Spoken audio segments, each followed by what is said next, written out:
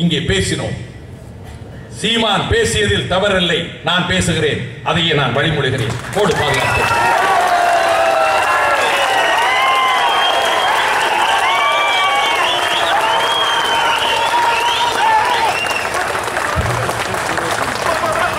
ஏற்கனவே இறையாண்மைக்கு நான் ஆபத்தானவனா? ஈழத்தில் நடப்பது என்ன என்ற மேடையிலே நான் பேசினேன்.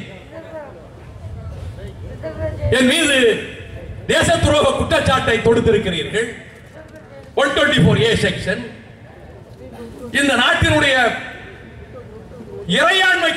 இறையாண்மை என்று சொல்லி அங்கே பயன்படுத்தி இருக்கிறார்கள். என்ன காரணம்? அந்த பேச்சை நான் மறுக்கவில்லை. நீதிமன்றத்திலே 3 நாட்களுக்கு முன்னாலே கொண்டு போய் நிறுத்தப்பட்டேன். நான் மறுக்கவில்லை. இங்கே இருந்து தமிழர்கள் அந்த வழக்கில் தயவு செய்து பார்க்க வேண்டும். நடுநிலையாளர் வந்திருக்கிறார்கள். என்னோடு பேசியவர் திரு கண்ணப்பன் அவர்கள், அன்று எங்கள் இயக்கத்திலே இருந்தவர்.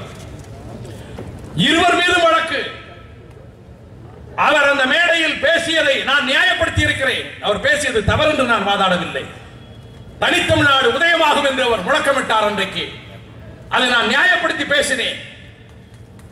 இருவரும் புலல் சிறையில் அடைக்கப்பட்டோம். நான் பிழை கேட்கவில்லை. வீர இளவரசன் மரணத்தின் மடியில் இருக்கிறார். நான் துடித்துக் கொண்டிருந்தேன். நான் எதிர்பார்க்கவில்லை. நீதிமன்றத்திலே இருந்து நான் பிழை கேட்கவில்லை.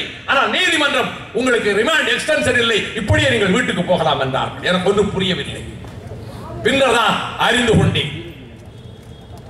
திராவிட முன்னேற்ற கழகத்தின் தலைமையோடு சிறை கொட்டடியிலிருந்தே ஒரு பேரம் நடைபெற்றிருக்கிறது என்பதை நான் அறிந்து கொண்டேன். அது அவர் விருப்பம்.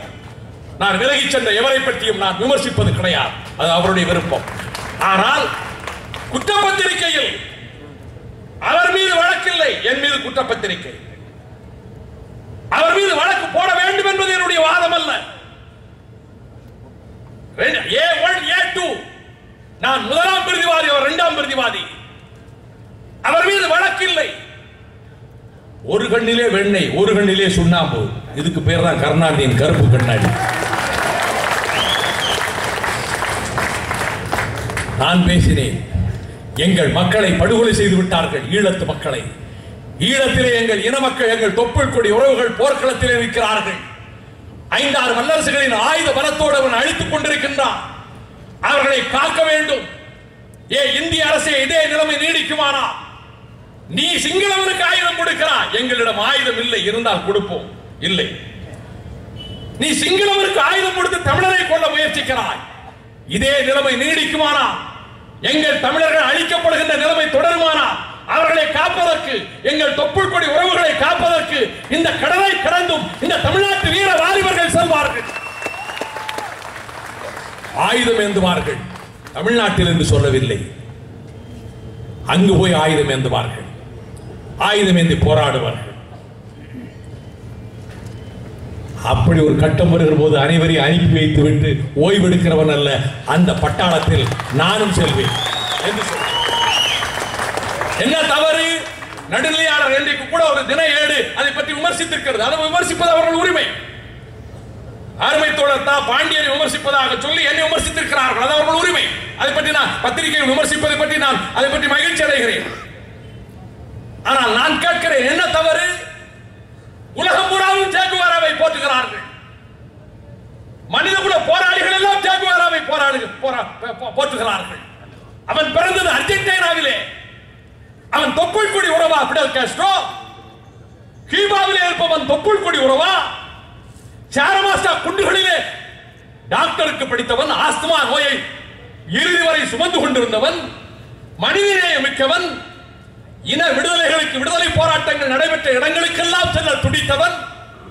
அவன் கிராண்ட்மா அங்கே இருந்து சென்று போராட்ட களங்களுக்கு சென்று ஹவானா வீதியிலே அவனும் ஆயுதம் ஏந்தி துப்பாக்கி ஏந்தி போராடினானே. நான் கேட்கிறேன், அர்ஜென்டினாவிலே பிறந்த சேகுவேரா கியூபாவிலே இருப்பவன் அவனுடைய ரத்த பந்தம் உண்டவன் அல்ல.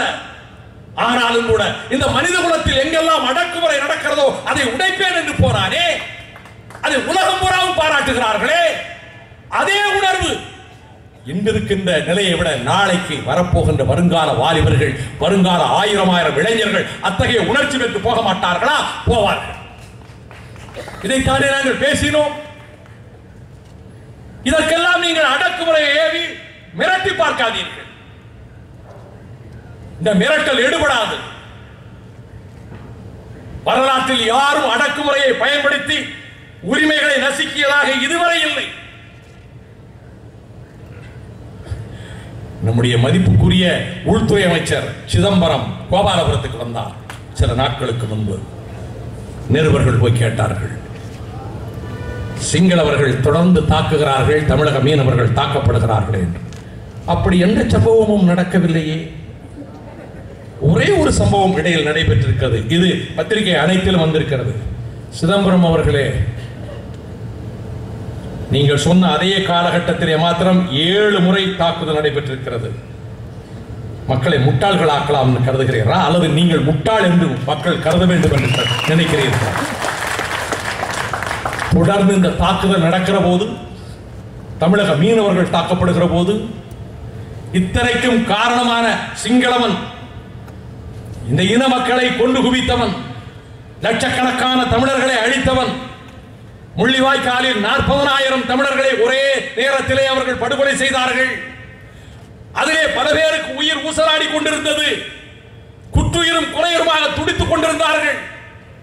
அப்படி குற்றுயிரும் குறையுமாக துடித்துக் கொண்டிருந்தவர்களுக்கு சிகிச்சை வராதா? இந்த காயங்களுக்கு மருந்திட்டு யாராவது காப்பாற்ற முன்வர மாட்டார்களா?